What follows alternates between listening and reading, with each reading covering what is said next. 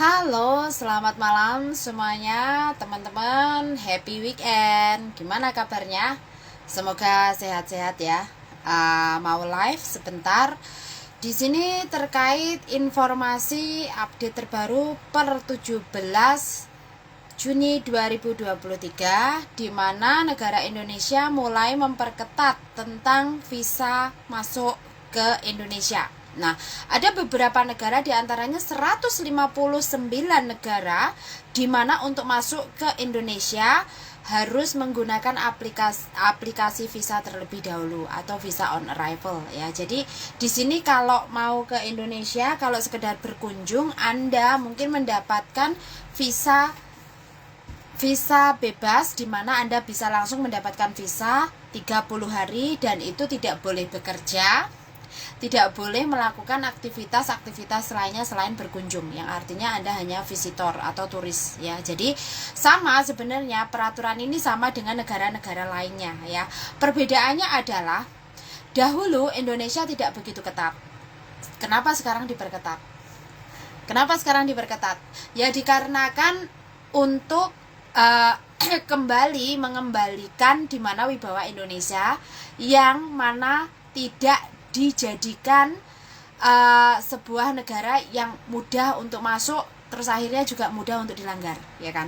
Nah, kejadian yang baru-baru ini sempat viral, diantaranya adalah salah satu WNA ya, dan juga di seorang WNA Taiwan yang kemarin sempat viral dan akhirnya dideportasi pada tanggal 19 Juni 2023 ke negara asalnya, ya kan, yang mana kedatangannya adalah di bawah ex-PMI atau mantan pembantunya. Dengan alasan kasihan, dia membawa ke Indonesia untuk dibantu untuk membantu memelihara dia, ya kan, membantu menjaga dia, ya kan. Nah, itu sebenarnya apakah itu boleh? Secara peraturan, Anda membawa WNA ke Indonesia itu harus melalui beberapa prosedur. Di antaranya harus mengurus izin tinggal dia. Kebetulan si anak ini izin tinggalnya sudah overstay, jadi tidak diurus. Secara otomatis kebijakan negara adalah wajib mendeportasi atau memulangkan warga negara tersebut ke negara asal ya. Jadi kemarin si Mbak Siti itu disuruh menyerahkan kembali, pada dasarnya meskipun dibiayai oleh kakaknya yang dari Taiwan, ya kan, untuk menyerahkan kembali ke negara Taiwan. Jadi dia tidak boleh ada pendamping, dia harus mengembalikan si warga negara ini atau anak asuhnya ini ke keluarganya yang di Taiwan ya. Sementara untuk kebijakan Indonesia jelas mendeportasi dia karena dia sudah overstay. Selanjutnya, kemarin di dalam berita sempat pemerintah Indonesia dari keimigrasian menyatakan bahwa kita akan memfasilitasi, kita akan membantu untuk adopsi. Untuk adopsi ini yang perlu diketahui, prosedur adopsi apalagi beda negara itu berbeda, dan tidak semua negara itu membolehkan warganya diadopsi oleh negara lain ya. Kalau Anda mau mengadopsi itu Anda tidak kenal orang ini. Jadi di negara Hong Kong pun adopsi tidak ada. Jadi di negara Hong Kong itu adopsi tidak kok. Saya kenal anak ini, misal saya punya teman saya ini nggak punya suami, kemudian dia melahirkan anaknya, mau kita adopsi, itu nggak boleh. Kalau kita mau mengadopsikan anak tersebut, kita harus menyerahkan anak kita sebelum kita proses melahirkan. Kita harus menandatangani persetujuan bahwa saya tidak mampu atau saya tidak mau untuk menanggung jawabi biaya secara finansial maupun secara apapun terhadap anak ini.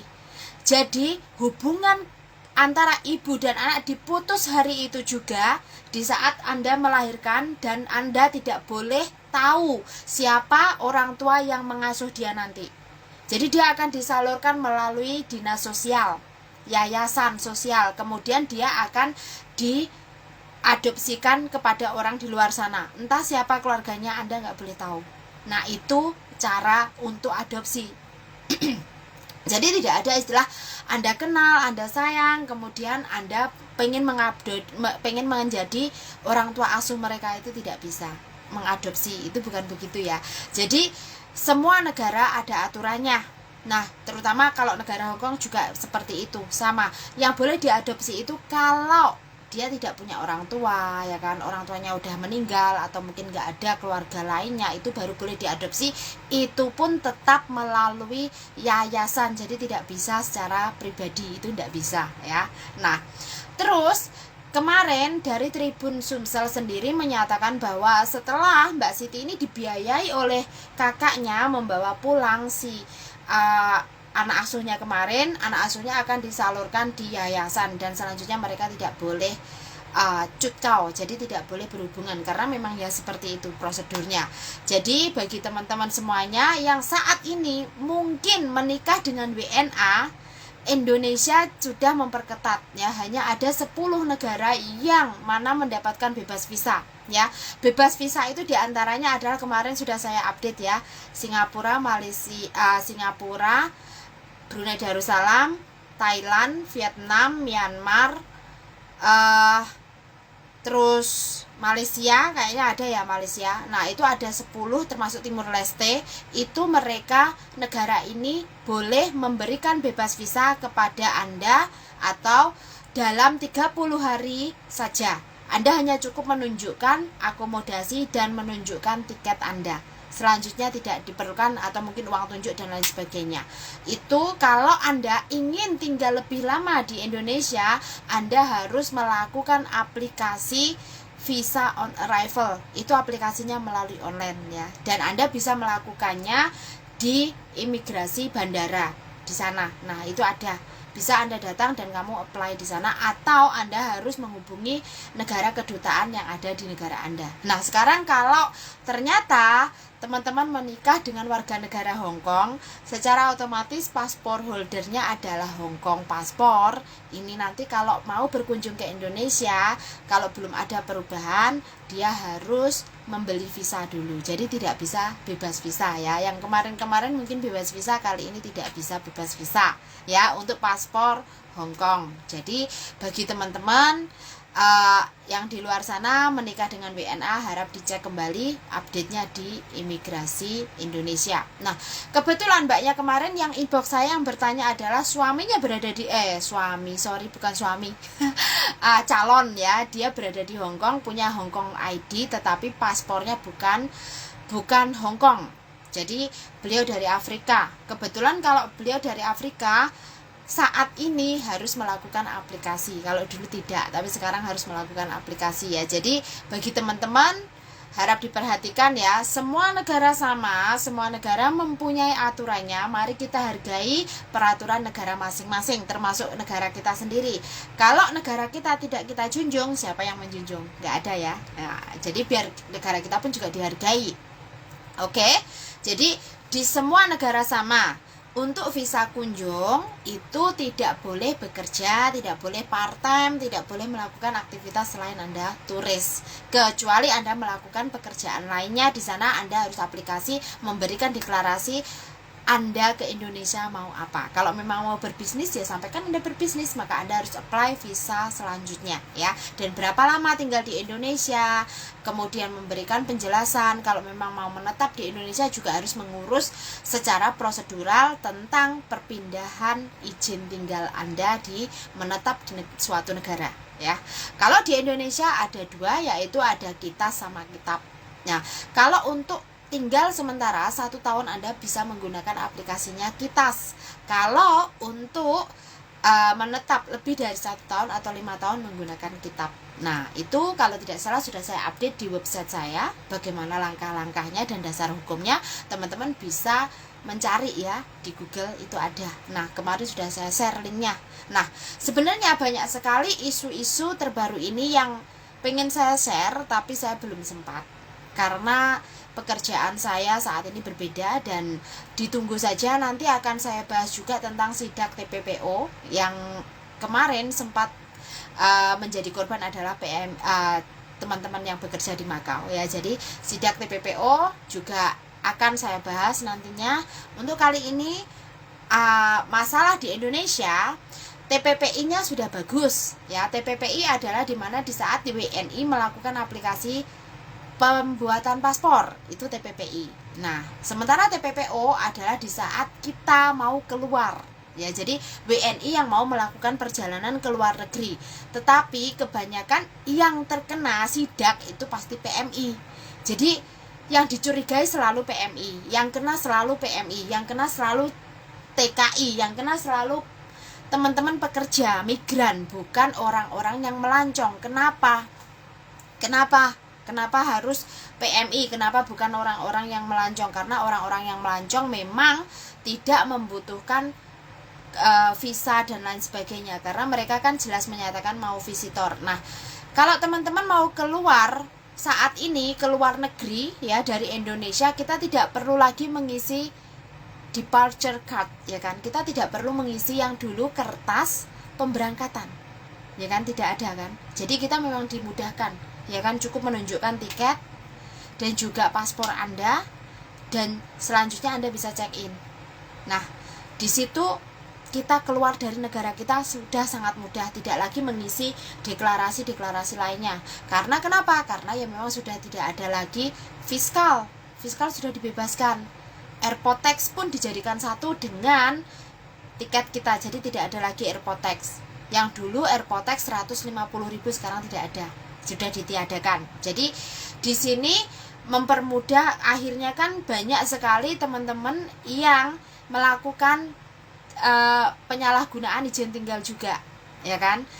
Jawabannya katanya keluar mau nuris, tapi ternyata tidak. Ya turis, memang mereka melancong tapi mereka nggak pulang, tiketnya hanya satu jalan, mereka nggak punya tiket dua jalan.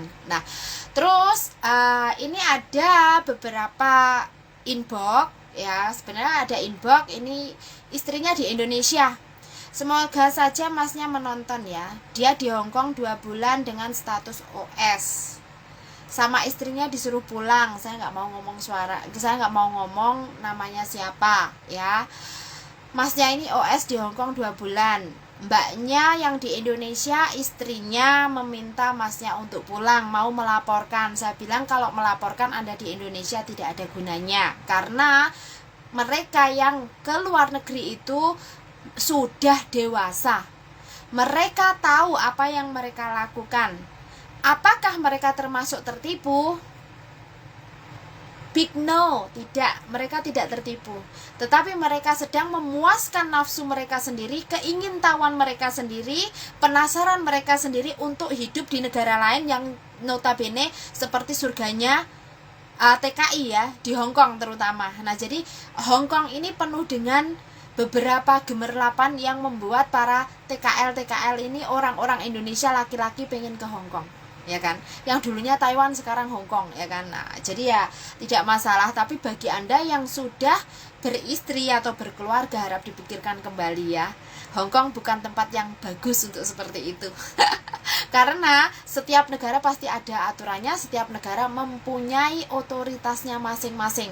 Dan lagi, kalau teman-teman sudah OS, kemudian setelah overstay Anda menyerahkan diri, Anda memutuskan untuk menjadi paper, itu jauh lebih susah hidupnya ya.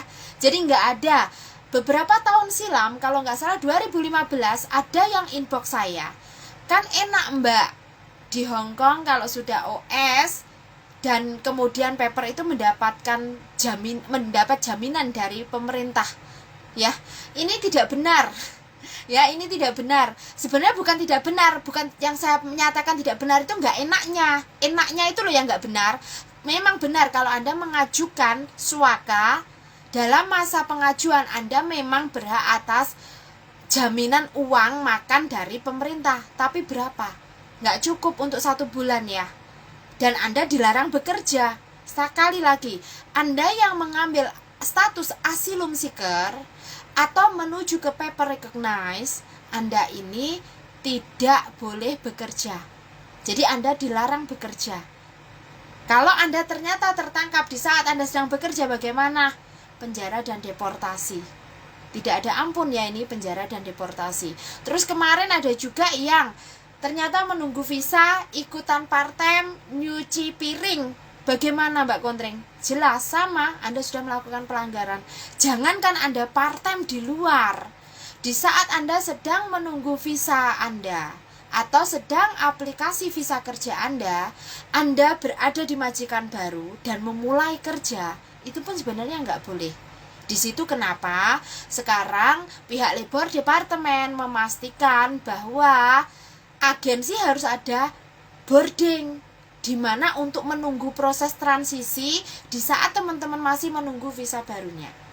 Ya, jadi harap diperhatikan, beberapa peraturan ini adalah mutlak tidak bisa diganggu gugat. Ya, kalau teman-teman ngeyel itu sudah urusan kalian sendiri. Ingat, resiko tanggung penumpang ya. Jadi informasi sudah banyak di mana-mana, kita sudah sering membahasnya sampai kita itu sudah capek untuk mengulang. Jadi harap diperhatikan, kalian sudah dewasa, kalian sudah tua, kalian sudah tahu resiko yang akan kalian ambil. Konsekuensi setiap keputusan itu pasti ada ya. Kalau Anda melakukan pelanggaran, konsekuensinya apa? Pidana, penjara, blacklist. Pidana, penjara, blacklist. Ya. Jadi kalau kalian masih mau bekerja di Hong Kong, kalau kalian memang masih ingin bekerja di Hong Kong, hindari hal-hal itu ya. Hindari pidana, penjara, blacklist. Nah, terus ada lagi yang masih bertanya, Mbak Kontreng, kalau kita sudah pernah OS, kemudian kita mau ke Hong Kong bekerja, boleh enggak? Itu jelas tidak boleh, karena rekod Anda ada.